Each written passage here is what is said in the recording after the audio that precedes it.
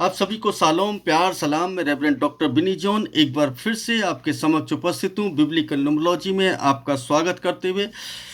जैसा कि हमारा क्रम है कि है ना, हम सैटरडे संडे को अक्सर है ना कुछ संदेश देते हैं, और वो संदेश, जिन संदेशों को है ना हम अक्सर अनदेखा कर देते हैं, तो मैं उसी को है ना आगे बढ़ाता हूँ और आगे बढ़ा करके आप लोगों तक है ना उसको पहुँचाने की कोशिश कर रहा हूँ ताकि आप लोग उसको समझ सकें। आज का जो हमारा विषय है वो ये है कि किस तरीके से परमेश्वर का वचन हमें सिखाता है, और किस तरीके से परमेश्वर के वचन में जो हम पढ़ते हैं क्या वो बात सही है या नहीं है, इस पर हम खुद ही चिंतन और मनन करेंगे। और मैं कोई प्रूफ नहीं दे रहा हूँ, ना कोई मैं ना दावा कर रहा हूँ, ऐसा कोई वो नहीं है मेरा इरादा। बस ये है कि वचन को समझने का प्रयत्न कर रहे हैं, क्योंकि ये हमारे जीवन भर चलता रहेगा। जब तक हमारा जीवन है तब तक हम इसको समझने का यत्न करते रहेंगे। आज मैं बात करने वाला हूँ परमेश्वर के पुत्रों पर। मनुष्य के पुत्रों पर तो बहुत बात होती है, लेकिन परमेश्वर के पुत्रों पर बात करेंगे। यहाँ पर मुझे दो तीन पदों पर है ना मैं चर्चा करूँगा, जो कि है ना बहुत महत्वपूर्ण है, और जो अक्सर है ना आपको जब पढ़ते होंगे तो कई बार है ना आपके जहन के अंदर वो सवाल खड़े होते होंगे। तो मैं जाता हूँ अय्यूब की पुस्तक के अंदर। अय्यूब की पुस्तक के अंदर ना मैं 38 बाब के अंदर इसको देखता हूँ। यहाँ पर परमेश्वर कुछ कहते हैं। इससे पहले कि मैं शुरू करूं, आपसे गुजारिश है कि चैनल को सब्सक्राइब करें, लाइक करें, कमेंट करें, और दूसरे लोगों को शेयर ज़रूर करें ताकि दूसरे लोग भी सीख सकें और आशीषित हो सकें, और अपने कलीसिया के अंदर और अपने समाज के अंदर जो आसपास रहते हैं उनको भी है ना वो सिखा सकें, और परमेश्वर की महिमा सबके जीवन के द्वारा हो सके। यहाँ पर हमने एक और वीडियो बनाई थी जो कि अय्यूब 37 के ऊपर ही थी। 37 के है ना आपका 23 और 24 पद पर है ना हमने बात चर्चा की थी, और 23 और 24 में जो हम चर्चा की थी, तो यहाँ पर कि परमेश्वर किसकी परवाह नहीं करता, किन लोगों की परवाह नहीं करता, उस पर एक वीडियो बनाई थी।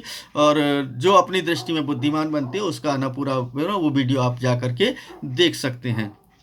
अब मैं 38वें पे आता हूँ, और यहाँ पर परमेश्वर की वाणी है ना सुनाई देती है। परमेश्वर है ना स्वयं कहते हैं। सबसे पहले तो मैं इस बात को बता दूं कि आपको ना मालूम होना चाहिए कि अय्यूब जो हैं वो अब्राहम के समय के ना हैं। उनकी जो शैली है उस बात से लगती है कि जैसे अब्राहम जो है अब्राहम के पहले के समय के हो सकते हैं, क्योंकि उसी समय की शैली इस पूरी उसकी नज़र आती है। क्योंकि उसकी जो समृद्धि है वो ऊँटों से, भेड़ों से और जो जानवरों से आंकी जाती है, क्योंकि उस समय इसी तरीके से वो जो उनकी समृद्धि का जो मापदंड था वो यही हुआ करता था। तो हो सकता है कि शायद ये उसी समय के हो, क्योंकि इसका कोई विवरण नहीं मिलता है। और ये है ना बड़ी बहुत ही महत्वपूर्ण घटना है इस अय्यूब की पुस्तक के अंदर, क्योंकि अय्यूब जो है एक प्रताड़ित मनुष्य के रूप में दिखाई देते हैं, और परमेश्वर उनसे वार्तालाप करे। तो उसी वार्तालाप को मैं आपके समक्ष रख रहा हूँ कि परमेश्वर क्या कहते हैं अय्यूब से। हमें ना बहुत बार तो ना अय्यूब के बारे में सुन चुके हैं, परमेश्वर ने दिया, परमेश्वर ने लिया, परमेश्वर की परीक्षा शैतान की तरफ, अय्यूब की परीक्षा शैतान की तरफ से हुई, शैतान को मौका दे दिया, ये सब है ना हम पढ़ चुके हैं। लेकिन हम आज 38वें बाब में एक खास बात को देखेंगे, और वो खास बात क्या है, यहाँ परमेश्वर स्वयं कहता है, और परमेश्वर की स्वयं की वाणी है, किसी मनुष्य की वाणी नहीं है। ध्यान रखें, मैं जो बात बोल रहा हूँ उसको समझ लीजिए। ये परमेश्वर की स्वयं की वाणी है। परमेश्वर स्वयं इस बात को कहते हैं। 38 बाब की पहली आयत से मैं पढ़ रहा हूँ, और मैं इसकी 7 आयत तक है ना मैं इसको देखूंगा। ये अय्यूब 38 उसके पहले पद से 7 पद तक मैं इसको देखूंगा, तो आप इसको जरा ध्यान से देखें और सुने। तब यहोवा ने अय्यूब को बवंडर में से उत्तर दिया। कहाँ से? बवंडर में से उत्तर दिया। यह कौन है जो परामर्श पर नासमझी की बातों के द्वारा पर्दा डालता है? ये कौन व्यक्ति है जो परामर्श पर नासमझी की बातों के द्वारा पर्दा डालता है? जब कोई भी बात आप करते हैं, जब कोई भी चर्चा आप करते हैं, जब कोई भी शब्दों पर तर्क वितर्क आप करते हैं, तो ये नासमझी की बात नजर आती है। और परामर्श यानी कि जो परामर्श है, परामर्श पर नासमझी की बातों के द्वारा पर्दा डाल देते हैं। अब पुरुष के समान अपनी कमर कस ले, तीसरे पद के अंदर लिखा है, अब पुरुष के समान अपनी कमर कस ले, मैं तुझसे पूछूंगा तू मुझे उत्तर दे। परमेश्वर कह रहे हैं कि मैं तुझसे पूछूंगा और तू मुझे उत्तर दे। और किसके समान? पुरुष के समान अपनी कमर कस ले। जैसे पुरुष अपनी कमर कस लेता है ना, उसी तरीके से वो कह रहे कि अपनी पुरुष के समान अपनी कमर कस ले, मैं तुझसे पूछूंगा तू मुझे उत्तर दे। जब मैंने, चौथे पद में वो कहते हैं, जब मैंने पृथ्वी की नींव डाली तब तू कहां था। ये परमेश्वर पूछ रहे हैं, ध्यान रखें। यानी मैं नहीं पूछ रहा हूं, बल्कि परमेश्वर की वाणी है, परमेश्वर की वाणी। क्योंकि हम पहले पद में पढ़े कि तब यहोवा ने अय्यूब को बवंडर में से उत्तर दिया। हाँ, मतलब जब वो सारी बातें पूछ रहा था तो उस परमेश्वर ने उत्तर दिया। और वो कहते हैं, ये कौन है जो परामर्श पर नासमझी की बातों के द्वारा पर्दा डालता है। अब पुरुष के समान अपनी कमर कस ले और मैं तुझसे पूछूंगा और तू मुझको क्या कर, उत्तर दे। शायद परमेश्वर हमसे भी ऐसे ही पूछता हो, कहना भाई मैं तुझसे पूछना चाहता हूं, तू उत्तर दे। क्योंकि हम ज्यादा अधिक बुद्धिमान हैं क्या? बुद्धि तो परमेश्वर के पास है, परमेश्वर बुद्धि देता है। हमारी बुद्धि जो है वो बहुत छोटी है। बाइबल कहती है कि अगर परमेश्वर नासमझी में भी कोई काम कर दे, अपनी मूर्खता में भी कोई काम करे, तो हमारी बुद्धि से कहीं अधिक अच्छा काम कर सकता है वो। लेकिन हम फिर भी बहुत बुद्धिमान बन जाते हैं अपने आप में। हम लोग बुद्धिमान नहीं हैं। हम लोग कोशिश करते हैं कि परमेश्वर को समझ पाए, पूरी रीति से नहीं समझ सकते। ये फैक्ट है। जब तक जीवन है तब तक समझने का प्रयास करते रहेंगे, और जितना समझ लें हम उतना ही है ना, बात करें तो ज़्यादा बेहतर रहता है। और उससे अधिक बात करते हैं तो फिर अच्छा नहीं है, क्योंकि या तो उसके बारे में पता हो तो है ना, ठीक है, नहीं तो कोई बात नहीं। जब मैंने पृथ्वी की नींव डाली, चौथा पद कहता है, जब मैंने पृथ्वी की नींव डाली तब तू कहाँ था। उत्पत्ति की तरफ लेकर के जाते हैं वो पूछ रहे हैं कि मैंने जब पृथ्वी की नींव डाली थी तब तू कहां था। यदि तुझे इसका ज्ञान है तो उत्तर दे। हम ज्यादा ज्ञानवान तो नहीं है। अगर तुझे इसका ज्ञान था तो उसका उत्तर दे। बाइबल दो तरीके से बताती है। वो मैंने अभी पढ़ा था ना पिछली वीडियो में कि यशायाह नबी की पुस्तक 28 उसके 9 पद से जो हम पढ़ रहे थे, तो क्योंकि आज्ञा पर आज्ञा, आज्ञा पर आज्ञा, नियम पर नियम, नियम पर नियम, थोड़ा यहाँ थोड़ा यहाँ। वही बात है कि और होशे नबी की पुस्तक में पढ़ते, मेरे ज्ञान के ना होने के कारण मेरी प्रजा नाश हो जाती है। तो उसी बात को कहते हैं कि तू यदि तुझे इसका ज्ञान है तो उत्तर दे। ये अय्यूब से उस समय कह रहे हैं, बहुत साल पहले। इनका समय पता नहीं है। अक्सर इन लोगों को पता नहीं है कि ये कब के ना व्यक्ति हैं। और लेकिन इतना जरूर है कि ये ऐसा लगता है कि शायद अब्राहम के समय से पहले के हों, क्योंकि लगभग 2000 से 4000 साल पुरान ईसा पूर्व की घटना को ये प्रदर्शित कर रहे हैं। मतलब जो लेखन काल है उसका ऐसा बताते हैं। बुद्धिमान लोग जो हैं, जितने भी है ना बुद्धिजीवी लोग हैं जो बाइबल पर रिसर्च करते हैं, उन्होंने एक समय का आकलन किया कि लगभग 2000 से 4000 साल पहले की ये घटना है। और जो है ना उस वक्त में इसको ईसवी पूर्व, तो उस समय है ना शायद ये रहे हैं। और है ना उस समय ये है ना अय्यूब की से बात कर रहे हैं परमेश्वर कि जब मैंने पृथ्वी की नींव डाली तब तू कहाँ था। यदि तुझे इसका ज्ञान है तो उत्तर दे। किसने उसकी नाप ठहराई। वो एक एक बात को पूछ रहे, किसने उसकी नाप ठहराई, क्या तू जानता है। किसने उस पर सूत खींचा, यानी सूत खींचा, उसकी नींव किस पर रखी गई, यानी क्या बता सकता है तू। मतलब अय्यूब से पूछ रहे हैं। अब अय्यूब से नहीं पूछ रहे, मानो कि मतलब मुझसे और आपसे पूछ रहे हैं। वो अय्यूब से तो कह रहे तू बता सकता है तो बता। मैं आज ऐसा सोचता हूं कि परमेश्वर शायद मुझसे पूछ रहा है। तुझे इसका ज्ञान है तो। अब ज्ञान तो अर्जित करना पड़ेगा ना परमेश्वर के वचन से। परमेश्वर से ज्ञान अर्जित करेंगे, उसके ज्ञान ना होने के कारण तो हम नाश हो जाएंगे।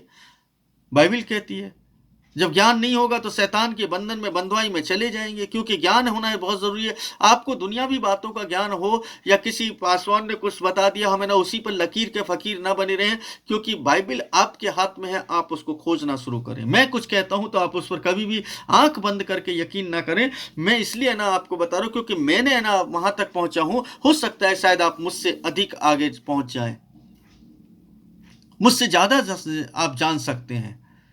क्योंकि कोई भी व्यक्ति जब ज्ञान को अर्जित करना शुरू करता है तो अधिक सीख सकता है, कोई ऐसी बात नहीं है। मैंने ना इतने वर्ष ना समय बिताया है, जितना अनुभव पाया, जितना सीखा, उतना मैं आप लोगों तक पहुंचा रहा हूं। परमेश्वर ने जो दिया मैं वो बांट रहा हूं। हो सकता है कि शायद आपको मुझसे कहीं अधिक मिल जाए, लेकिन वो ज्ञान की बातें तभी होंगी कि जब है ना हम परमेश्वर से ही कनेक्ट होंगे और बाइबल से ही प्रूव करें। परमेश्वर ने ऐसा किया था, पवित्र आत्मा ऐसा कहता है, पवित्र आत्मा ने मुझे ये दिखाया, पवित्र, ये सब उसको प्रूफ करना पड़ेगा। बाइबल अगर कह रही है तो प्रूफ करने की बात कर रही है, प्रूफ है वहां पर। हवा में कोई बात ना करें, प्रूफ के साथ बात करें। जो बाइबल में लिखा उसी पर चर्चा करें, ज्यादा अच्छा रहेगा। वह उसकी नींव किस पर रखी गई, उसके कोने का पत्थर किसने बिठाया, बताओ किसने बिठाया। अय्यूब से पूछ रहे हैं, परमेश्वर पूछ रहे हैं, ये मैं नहीं पूछ रहा हूं।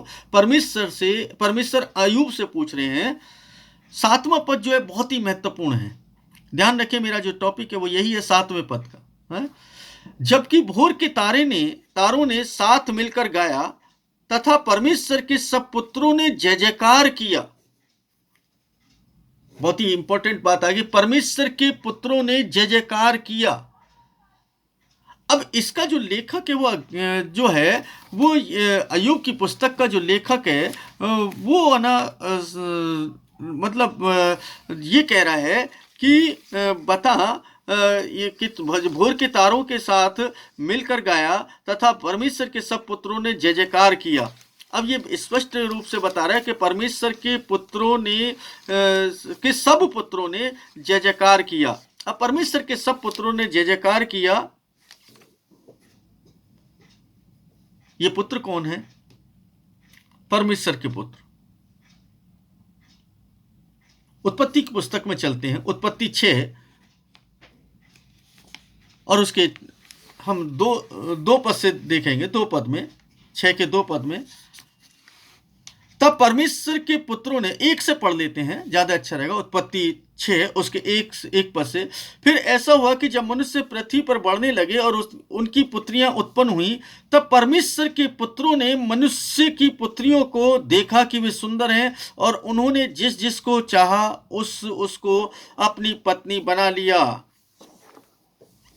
मैं बताऊंगा कि ना वो परमेश्वर के पुत्र कौन है, पूरा सुनेंगे तो आपको समझ में आएगा। मैं बताऊंगा, इसी वीडियो में बताने वाला हूं कि वो परमेश्वर के पुत्र थे कौन।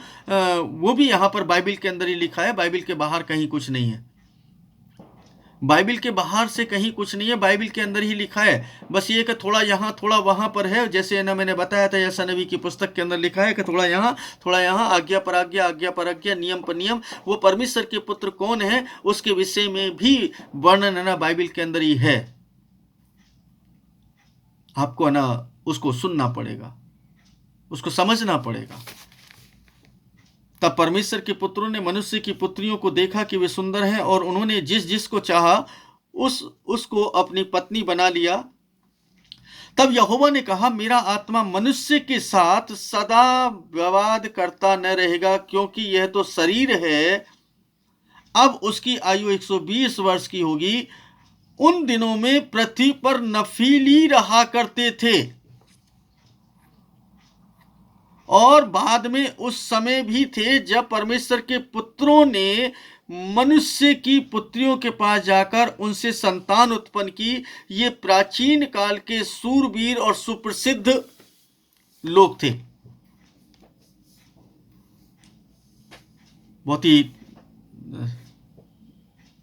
हिला देने वाली कहानी है यहाँ पर, लेकिन कुछ भी हिला देने वाली नहीं है, हिला देने वाली भी कहानी है। मैं भी सोच में पड़ गया था जब मैंने पहली बार ना इसको पढ़ा था।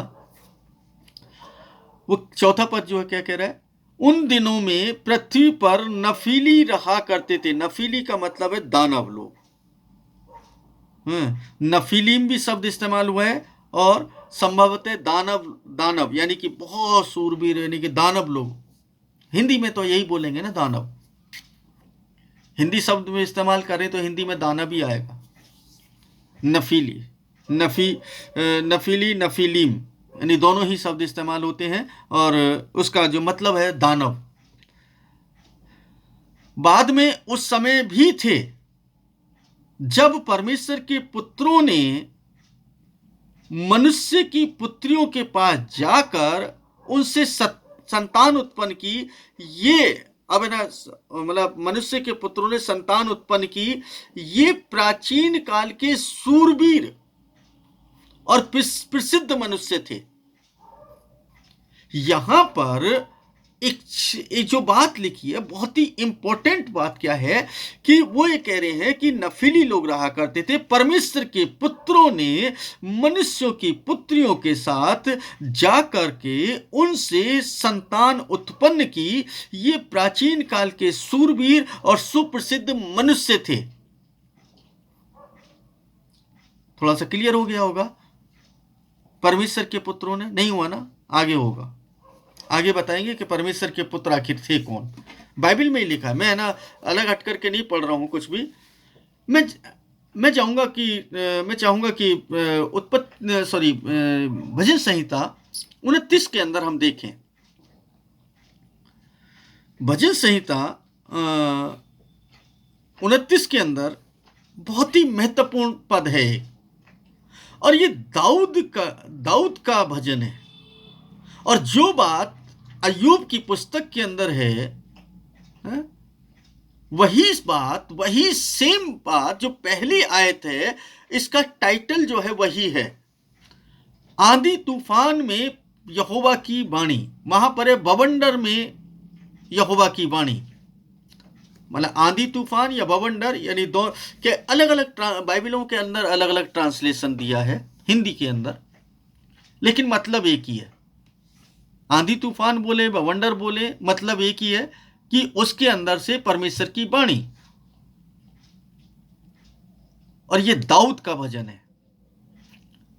और ना भूलें कि दाऊद वो शख्स हैं, बाइबल के वो कैरेक्टर हैं जो परमेश्वर के मन के माफिक हैं। परमेश्वर उनसे प्रेम करते हैं। परमेश्वर उनको एक एक बात बताते हैं। आपको मालूम है, दाऊद जो है एक भविष्यवक्ता भी है।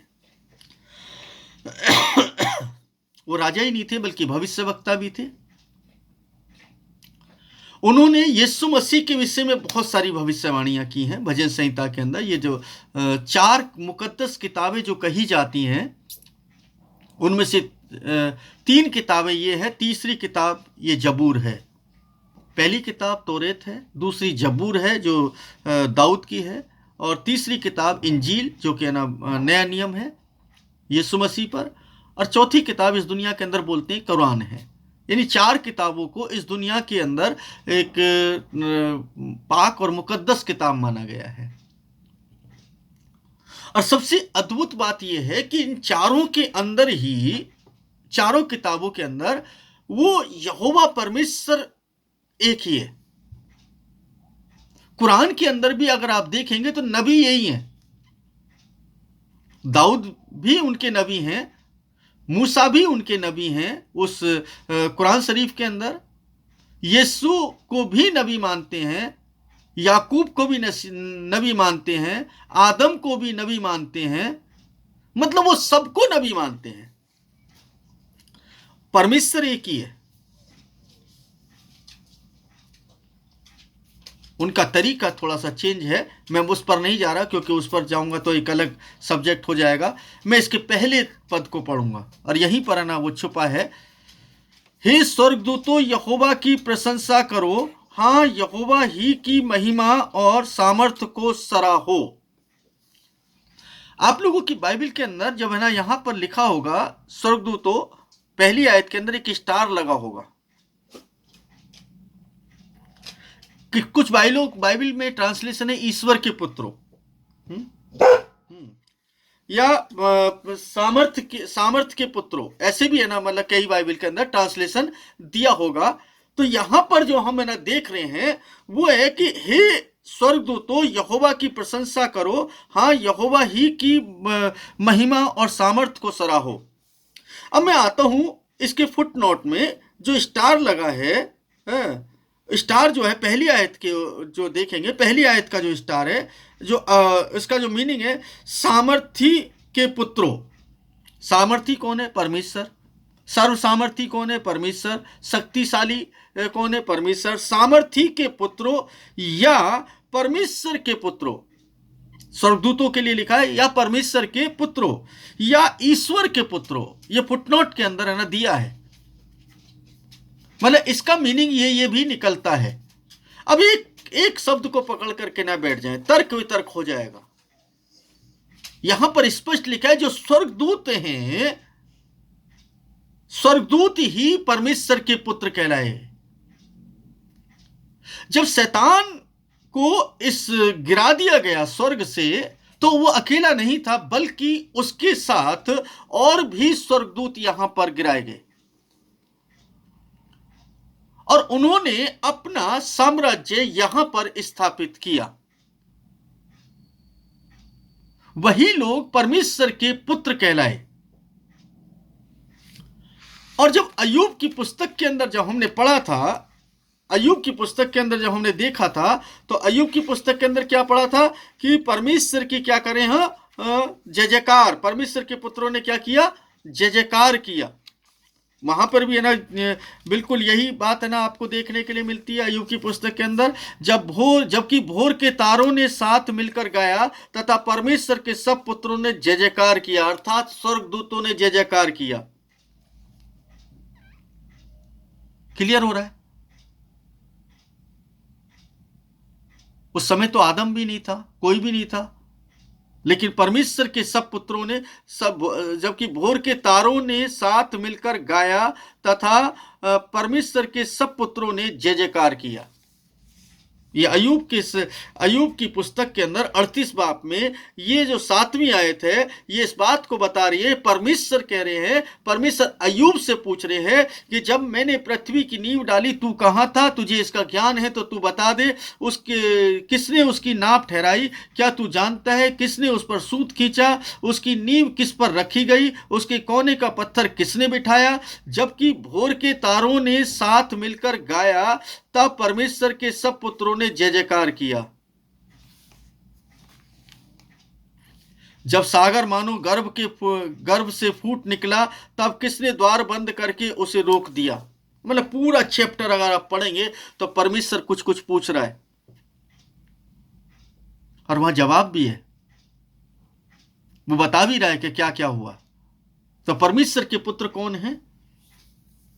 वो स्वर्गदूत। क्योंकि हम भजन संहिता के अंदर पढ़ रहे हैं, दाऊद उस बात को प्रूफ कर रहे हैं, वो नीचे लिखा है, फुटनोट में लिखा है। और जब आप जब इसकी कमेंट्री में जाएंगे तो आपको मिलेगा, बाइबल के अंदर नहीं मिलेगा। बाइबल के अंदर फुटनोट जरूर मिल जाएंगे, बहुत सारी चीजें आपको नहीं मिलेंगी। हनोक की पुस्तक को बहुत सारे लोग है ना कोट करते हैं। हनोक की पुस्तक को पढ़ लेंगे तो आपके ना कान खड़े हो जाएंगे। हनोक की पुस्तक के अंदर वो स्वर्गों का जिक्र दिया है, यीशु मसीह का भी जिक्र दिया है, सब चीजों का जिक्र दिया है उसमें। वो बाइबल के अंदर सम्मिलित नहीं हुई, वो एक अलग सब्जेक्ट है। लेकिन एक बात तो जरूर है कि परमेश्वर के पुत्रों की बात करते तो परमेश्वर के पुत्र वही स्वर्गदूत हैं जो स्वर्गदूत ना गिराए गए, अर्थात उसका जो सहयोग किया, जिसको प्रधान स्वर्गदूत का जो सहयोग जिन लोगों ने किया था, जो है ना उसके विरुद्ध मतलब परमेश्वर के विरुद्ध बलवा किया, वहां से स्वर्ग से गिरा दिए गए। उन लोगों को परमेश्वर के पुत्र कहा गया है, क्योंकि वही परमेश्वर के पुत्र हैं। क्योंकि उस समय तक कुछ भी नहीं है, उस समय तक कोई ऐसी घटना नहीं घटी थी। लेकिन परमेश्वर के पुत्रों की भांति वो स्वर्गदूत हैं। और परमेश्वर के पुत्रों का जिक्र ये आपको अय्यूब की पुस्तक के अंदर मिल जाएगा और उत्पत्ति के अंदर मिल जाएगा और इसके अंदर भजन संहिता के अंदर भी मिल जाएगा। और भी बहुत सारे रेफरेंसेज हैं, ज़्यादा रेफरेंसेज में ना नहीं दिया, क्योंकि जो मुख्य मुख्य रेफरेंस हैं मैं वो आप लोगों के समक्ष रख दिए हैं। आप मुझे उम्मीद है कि आप लोगों को ये वीडियो बहुत पसंद आएगी और आपका थोड़ा सा ज्ञान और अधिक बढ़ जाएगा। परमेश्वर आप सभी को आशीष और बरकत दे और आप सबके साथ हो। परमेश्वर की दया दृष्टि आपके परिवारों पर बनी रहे और आपके घरों में तमाम सुख शांति बनी रहे। इसके लिए प्रार्थना विनती निरंतर करता हूँ। आप भी मेरे लिए प्रार्थना करें ताकि मैं और भी अधिक परमेश्वर के गूढ़ और रहस्यों की बातों को ना बता सकूं। और अभी जो हमारी इसके बाद जो नेक्स्ट वीडियो आएगी वो है ना न्यूमेरिकल आएगी। हम न्यूमेरिकल है ना उस पर चर्चा करेंगे। आप सैटरडे को हमारी जो सैटरडे को जो हमारी क्लास होती है, आप 8:30 बजे एवरी सैटरडे आप उसको ना ज्वाइन कर सकते हैं, आप ना सीख सकते हैं। हम वहाँ पर हिब्रू भी सिखा रहे हैं और जो लोग है ना बिब्लिकल न्यूमरोलॉजी सीखना चाहते हैं वो लोग है ना अपना रजिस्ट्रेशन ज़रूर करा लें, क्योंकि है ना मार्च महीने से हम लोग उसको शुरू कर रहे हैं।